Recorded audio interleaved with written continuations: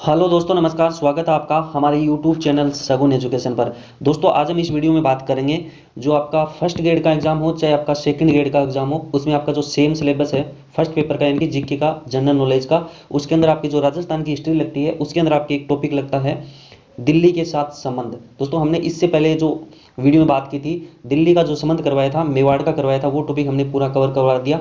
और आज हम बात कर रहे हैं दिल्ली के साथ जो संबंध है जालोर का, उसके बारे में डिस्कस करेंगे। दोस्तों, ध्यान में रखना, सबसे पहले हमने बात की थी दिल्ली का जो संबंध था मेवाड़ का, वो टॉपिक हमने पूरा करवा दिया। और आज हम बात कर रहे हैं दिल्ली का जो संबंध है जालोर का, उसके बारे में डिस्कस करेंगे।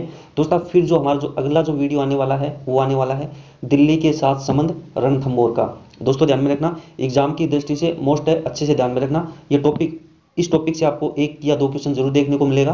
दोस्तों, ध्यान में रखना, आप ज़्यादा से ज़्यादा इस वीडियो को अपने जो फ्रेंड है या फिर अपने जो दोस्त है उनको शेयर जरूर करना। तो दोस्तों, बिना किसी देरी के वीडियो को स्टार्ट करते हैं। दोस्तों, ध्यान में रखना, जालोर की जो चौहान शाखा है उसका जो संस्थापक है वो कौन है हमारे, वो हमारे है कीर्तिपाल। दोस्तों, ध्यान में रखना, यहाँ से एग्जाम में काफ़ी बार क्वेश्चन पूछा जा चुका है कि जालोर की जो चौहान शाखा है उसकी जो शाखा का जो संस्थापक है वो कौन है, वो है हमारे कीर्तिपाल है। दोस्तों, आगे देखो। दोस्तों, कीर्तिपाल को मोणोत नैणसी ने कितु एक महान शासक कहा था। दोस्तों, ध्यान में रखना, कितु एक महान शासक किसे कहा था, कीर्तिपाल को कहा था। और किसने कहा था, मोणोत नैणसी ने कहा था। दोस्तों, आगे देखो, जालोर दुर्ग। दोस्तों, ध्यान में रखना, जालोर दुर्ग है उसका उपनाम है हमारे सोनगढ़, या फिर उसे सूरणगिरी के नाम से भी जानते हैं। यानी कि जो जालोर दुर्ग है उसका उपनाम है हमारे सोनगढ़, या फिर उसे सूरणगिरी के नाम से भी जानते हैं। दोस्तों, आगे देखो। दोस्तों, उदय सिंह के समय, दोस्तों ध्यान में रखना, जिस टाइम पे जालोर का शासक उदय सिंह था उस टाइम पे इल्तुमिश और नासरुद्दीन का आक्रमण हुआ था। दोस्तों, ध्यान में रखना, ये फर्स्ट ग्रेड में जो आपका जो एग्जाम लगा था, जो पिछला एग्जाम लगा था फर्स्ट ग्रेड का, उसमें पूछा गया था कि इल्तुमिश का आक्रमण जालोर में किसके समय हुआ था। दोस्तों, ध्यान में रखना, ये क्वेश्चन एग्जाम की दृष्टि से मोस्ट है, वापस रिपीट हो सकता है। तो दोस्तों, एक बार दोबारा देखना कि उदय सिंह के समय इल्तुमिश और नासरुद्दीन का आक्रमण हुआ था। दोस्तों, जिस टाइम पे जालोर का शासक उदय सिंह था उस टाइम पे जालोर में जो उदय सिंह शासक था उस टाइम पे इल्तुमिश और नासरुद्दीन का आक्रमण हुआ था। दोस्तों, आगे देखो।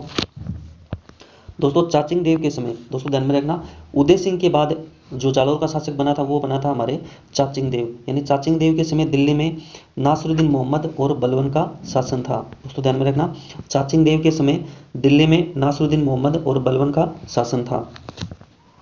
दोस्तों, आगे देखो। दोस्तों, सावन सिंह, यानी कि चाचिंग देव के समय, जब चाचिंग देव जो शासक था उसके बाद जालोर का शासक बना था हमारे सावन सिंह। यानी कि सावन सिंह ने सारंगदेव बघेला की सहायता से जलालुद्दीन को खदेड़ा था। दोस्तों, ध्यान में रखना, सारंगदेव बघेला की सहायता से सावन सिंह ने जलालुद्दीन को खदेड़ा था। दोस्तों, आगे देखो। दोस्तों, अब हम बात कर रहे हैं कानड़ देव और जो अलाउद्दीन का जो संघर्ष हुआ था उसके बारे में डिस्कस करेंगे। दोस्तों, ध्यान में रखना, यहाँ से एग्जाम में काफ़ी बार क्वेश्चन पूछा जा चुका है और पूरी संभावना है कि आगे भी यहाँ से आपको क्वेश्चन देखने को मिलेगा। यानी कि जो कानड़ देव और जो अलाउद्दीन का जो संघर्ष था, दोस्तों जो कानड़ देव था वो एक सोनगरा चौहान था। और नोट, यानी कि मोणोत नैणसी के अनुसार युद्ध का कारण था विरमदेव और फिरोजा। यानी कि मोणोत नैणसी के अनुसार जो युद्ध का कारण था वो क्या था दोस्तों, विरमदेव और फिरोजा था। दोस्तों, विरमदेव कानड़ देव का पुत्र था। दोस्तों, ध्यान में रखना, विरमदेव था वो हमारे कानड़ देव का पुत्र था, और जो फिरोजा थी वो थी अलाउद्दीन की पुत्री थी।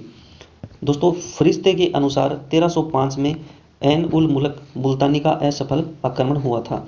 यानी कि जालोर के ऊपर जो आक्रमण हुआ था ऐन उल मुल्क मुल्तानी का, वो असफल आक्रमण था। और किसके अनुसार, फरिश्ते के अनुसार 1305 में ऐन उल मुल्क मुल्तानी का जो आक्रमण हुआ था वो असफल हुआ था। दोस्तों, आगे देखो। दोस्तों, 1308 में, यानी कि 1308 में कमालुद्दीन गुरुक के नेतृत्व में सिवाना पर आक्रमण हुआ था। दोस्तों, ध्यान में रखना कि 1308 ईस्वी में अलाउद्दीन खिलजी ने जो आक्रमण किया था सिवाना दुर्ग पे, किसके नेतृत्व में किया था, कमालुद्दीन गुरुक के नेतृत्व में सिवाना दुर्ग पे आक्रमण किया था। दोस्तों, आगे देखो। दोस्तों, सिवाना दुर्ग के जो दुर्ग रक्षक थे वो कौन थे, जब अलाउद्दीन ने जो कमालुद्दीन गुरुक के नेतृत्व में जो आक्रमण किया था उस टाइम पे सिवाना दुर्ग के दुर्ग रक्षक थे हमारे सातल देव और सोम थे। दोस्तों, ये भी एग्जाम में काफ़ी बार पूछा जाता है कि सिवाना दुर्ग के दुर्ग रक्षक कौन थे? सातलदेव और सोम थे। दोस्तों बावले पंवार की गद्दारी, यानी कि सिवाना दुर्ग के दुर्ग रक्षक थे हमारे सातलदेव व सोम थे, और सिवाना दुर्ग के अंदर जो ये युद्ध हुआ था उसके अंदर जो बावले पंवार की गद्दारी थी और रानी मेणादे के नेतृत्व में जोहर होता है। दोस्तों ध्यान में रखना, जो केसरिया होता है वो होता है हमारे सातलदेव व सोम के नेतृत्व में, और जो जोहर होता है वो रानी मेणादे के नेतृत्व में जोहर होता है।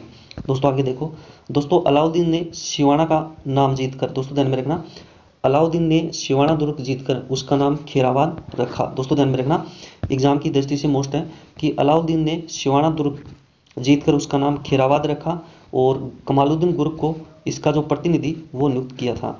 दोस्तों ध्यान में रखना, एग्जाम की दृष्टि से मोस्ट है कि अलाउद्दीन ने सिवाना दुर्ग जीतकर उसका नाम खैराबाद रखा और इसका जो प्रतिनिधि नियुक्त किया था वो किसे किया था?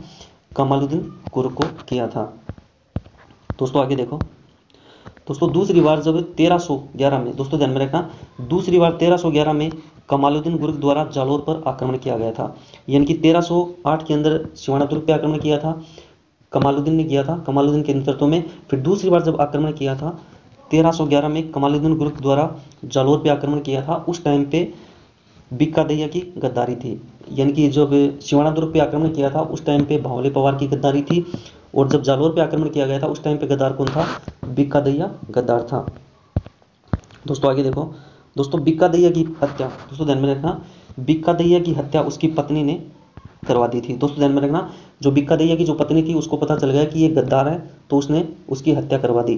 दोस्तों आगे देखो, दोस्तों इस युद्ध में कान्नड़देव और वीरमदेव वीरगति को प्राप्त हो गए थे। दोस्तों आगे देखो, दोस्तों नोट, दोस्तों अलाउद्दीन ने जालोर दुर्ग था उसको जीतकर उसका नाम जलालाबाद रखा। दोस्तों ध्यान में रखना, जो पीछे जो फर्स्ट ग्रेड का एग्जाम लगा था उसमें क्वेश्चन पूछा गया था कि जालोर दुर्ग को जीतकर अलाउद्दीन खिलजी ने उसका नाम क्या रखा था? जलालाबाद रखा था। दोस्तों ध्यान में रखना, जो सिवाना दुर्ग जीता था उसका नाम खैराबाद रखा और जो जालोर दुर्ग जीता था उसका नाम क्या रखा? जलालाबाद। दोस्तों आगे देखो, दोस्तों फिरोजा का मकबरा और तोपखाना मस्जिद बनवाई थी। दोस्तों ध्यान में रखना, जालोर दुर्ग को जीतकर अलाउद्दीन खिलजी ने उसका नाम जलालाबाद रख दिया और फिर वहाँ पे फिरोजा का मकबरा और तोपखाना मस्जिद बनवाई थी। किसने बनवाई थी? अलाउद्दीन खिलजी ने। दोस्तों आगे देखो, दोस्तों नोट, दोस्तों इस युद्ध की जानकारी पद्मनाभ के ग्रंथ कान्नड़देव प्रबंध तथा वीरमदेव सोनगरारी बात में मिलता है। दोस्तों ध्यान में रखना, जो पीछे सेकंड ईयर का एग्जाम लगा था उसमें पूछा गया था कि इस युद्ध की जानकारी किस में मिलती है? इस युद्ध की जानकारी मिलती है हमारे पद्मनाभ के ग्रंथ कान्नड़देव प्रबंध तथा वीरमदेव सोनगरारी बात में इस युद्ध की संपूर्ण जानकारी मिलती है। दोस्तों आगे देखो, जालोर का प्राचीन नाम, यानी कि जालोर का जो प्राचीन नाम था वो था हमारे जवालीपुर। दोस्तों ध्यान में रखना, जो जालोर दुर्ग था उसको जीतकर अलाउद्दीन खिलजी ने क्या नाम रखा था? जलालाबाद नाम रखा था, और जालोर का जो प्राचीन नाम है वो हमारे है जवालीपुर है। दोस्तों ध्यान में रखना, हमारा जो अगला जो वीडियो आने वाला है दिल्ली के साथ संबंध किसका? जालोर का, वो टॉपिक आने वाला है। दोस्तों ध्यान में रखना, अगर आपको हमारा वीडियो अच्छा लगे तो वीडियो को लाइक और चैनल को सब्सक्राइब करना ना भूले और बेल आइकन पर क्लिक करें ताकि आने वाली वीडियो का नोटिफिकेशन आपको समय पे मिल सके। दोस्तों मिलते हैं अगली वीडियो में, धन्यवाद।